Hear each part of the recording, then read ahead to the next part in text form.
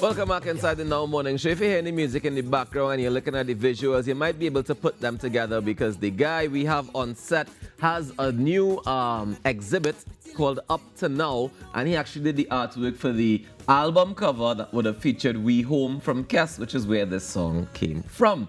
Good morning to you, Mr. Nicholas Huggins. Welcome to the Now Morning Show. Good morning. Thank you very much for having me. Not a problem. Welcome back, I should say, because I think we had you virtually before. Yes, virtually. When you did the steel pan doodle. Yes, the Google Doodle. The Google Doodle. Yeah. So you've been having some interesting fame and notoriety in the digital world because, I mean, the NFTs, the Google Doodle, tongue twisters.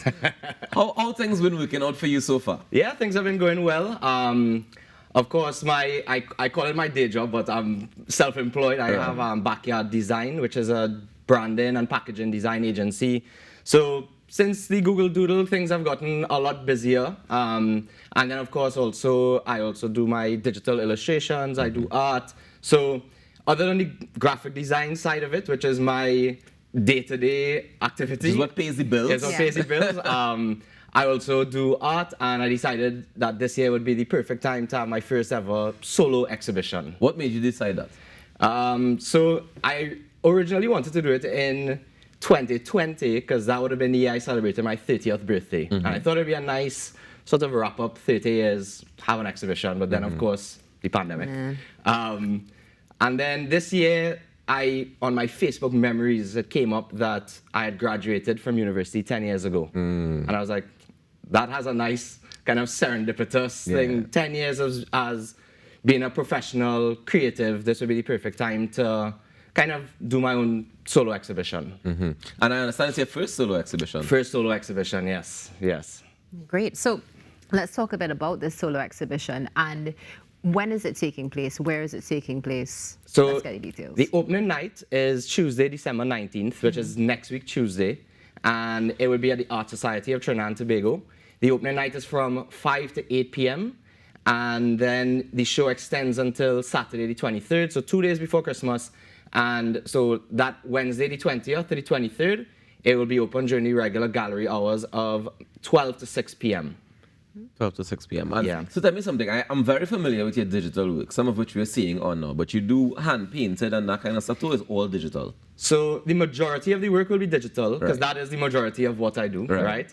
But there's also going to be a range of other things. So I'm going to also have paintings. I'm going to have drawings literally straight out of my sketchbook, charcoal drawings.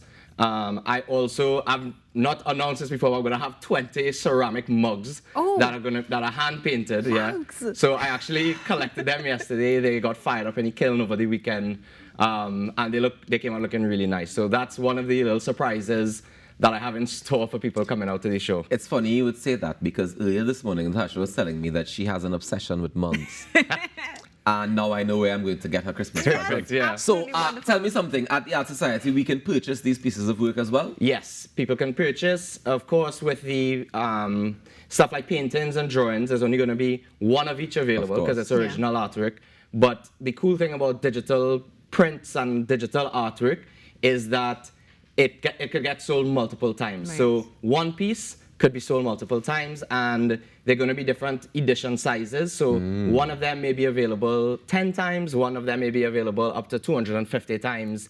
It just varies depending on the piece. So when it comes to digital artwork, how long does it take to create a piece? So I get asked this question a lot, and I tell people it really ranges based on if the idea is already in my head or if I kind of sit down and begin conceptualizing. But some of the pieces that I've done have taken up to 60 hours in total. Wow. But then some of the pieces have taken like 2-3 hours. So it really varies depending on the kind of flow that I'm in and if I have the concept and the idea already existing in my head before I start. This piece that we have on screen now, okay, so this one we have here, what I found quite interesting is that it's animated as well. It is, yeah. So this piece actually, I worked with Mixie Gobin, who was the animator on the Google Doodle as well. And he's someone I've collaborated with a lot in the past.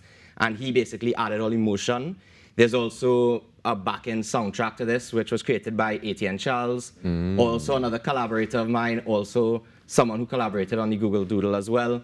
So yeah, but all the actual visuals and the illustrations were done by me, and then kind of handed off to Mick to add in emotion, and then ATN with the music. Right. Now, what's very interesting to me is your clear decision to do all things Trinbagonian when it comes to your art. Yeah. I mean, besides being a Trini, why is it so important for you to make sure that you show that identity in your art? Yeah, I think that, I mean, first of all, being here is a very inspiring place to live, as I'm sure most of the viewers know.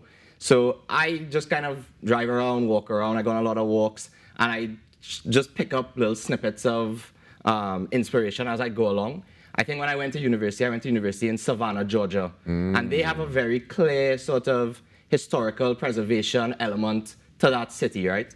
And I think when I came back, that's when I started seeing things in a different light and seeing things with a different appreciation. And so that kind of directed the stuff that I was creating at the time. And I think as well, there's always, especially within the digital art space at the time, a lot of the kind of renowned digital artists were creating things more for, let's say, a US or European audience. And I wanted to take that medium and basically create something that's specifically for us here. And how well was that accepted? Because as you mentioned, you graduated 10 years ago. We're now going into your first solo exhibition. What was it like coming back and going into the industry? Yeah, it was really good. I would say that for me as a graphic designer, I always wanted to work on my own. That was kind of the dream. When I was, so I started off working in-house, doing all the designs for Burger King and Popeyes in Trinidad. Then I went to McCann, worked in advertising for 2.5 years. And all the while I'd wake up in the morning, kind of read articles about people who had made the transition from agency to entrepreneurship. And that was always something that I wanted to sort of emulate. So I just took in as much information as possible, learned as much as I could, and then eventually took that step. And I'd say that since then it has been really well accepted. When you work in advertising, you're working on a lot of ads that are kind of now for now. Whereas with what I do with backyard design, which are like branding, packaging design, you get a lot more time to work on it. And I've been able to work with some of the best brands in Trinidad and really sort of craft their aesthetic and make sure that it's something that, while yes, it could stand out on a global stage, it is also uniquely Trinidadian or uniquely Caribbean.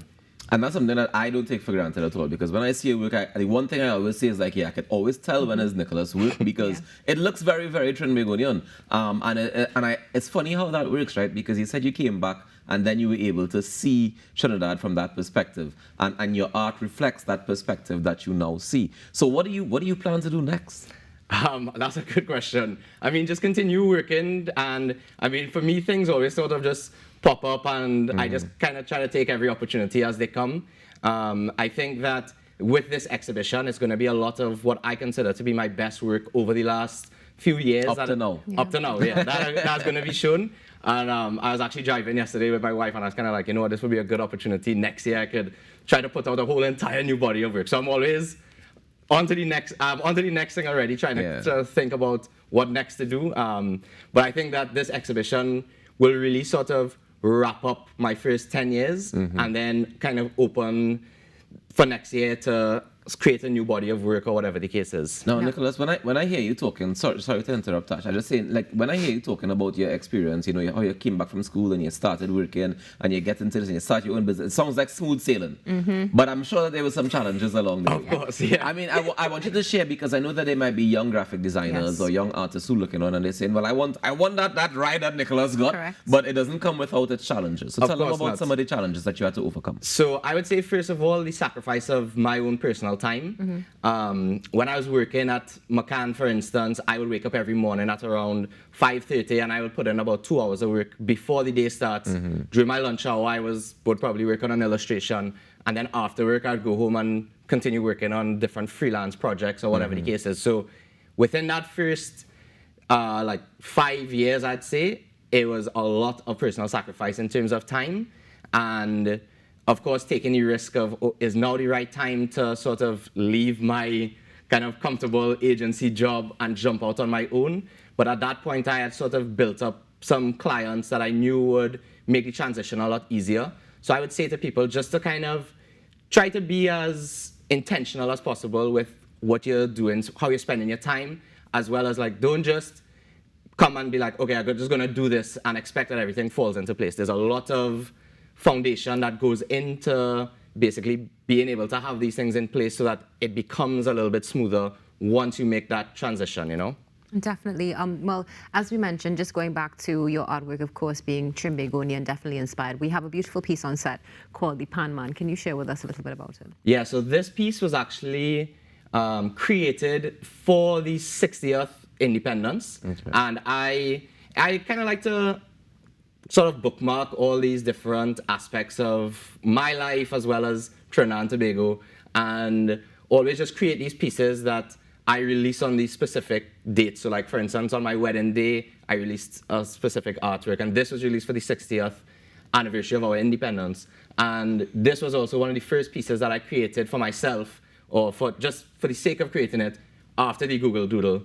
So I decided, you know what, doing something where it's a steel pan player with the national colors, I thought it would be a really nice piece to create. So this piece was created in honor of that day, as well as in honor of it being the first piece that I created after the Google Doodle. And the detail is key. I love the detail with the necklace, with the Trinidad and Tobago pendant, but also something that I find so fascinating is looking at the pans themselves. It looks as though it could also almost have been a watercolor.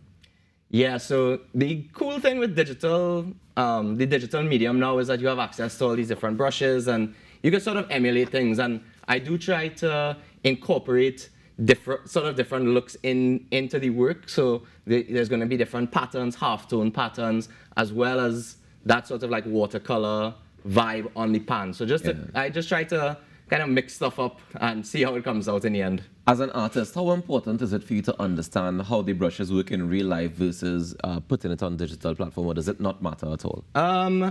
That's a good question. I have painted in the past, so I have a basic kind of understanding of it. I took painting classes and whatnot. I think it is relatively important to understand, at least in terms of when you're talking about, for instance, doing washes with paint and how that translates to the digital realm and basically trying to replicate it there. Yeah. One of the things I love as well, looking at detail, again, Trimbegonian, and you see the mountain range in the background. You see I didn't realize it was there before, you know. Mountain range in the background, and also seeing the people enjoying themselves in the background as well, which we all know is something that we love to do with steel pan and just in Trinidad and Tobago in general. So, Nicholas, thank you so much for joining us this morning. Thank you for having me. It has been a pleasure. Don't forget, of course, you can go and get up to speed with Up to Now, an exhibit taking place at the Art Society of Trinidad and Tobago with Nicholas Huggins, creative director. Stay tuned. There's more coming up, and we're taking your calls at 622-4010. So we'll be back in a few moments right here on Now.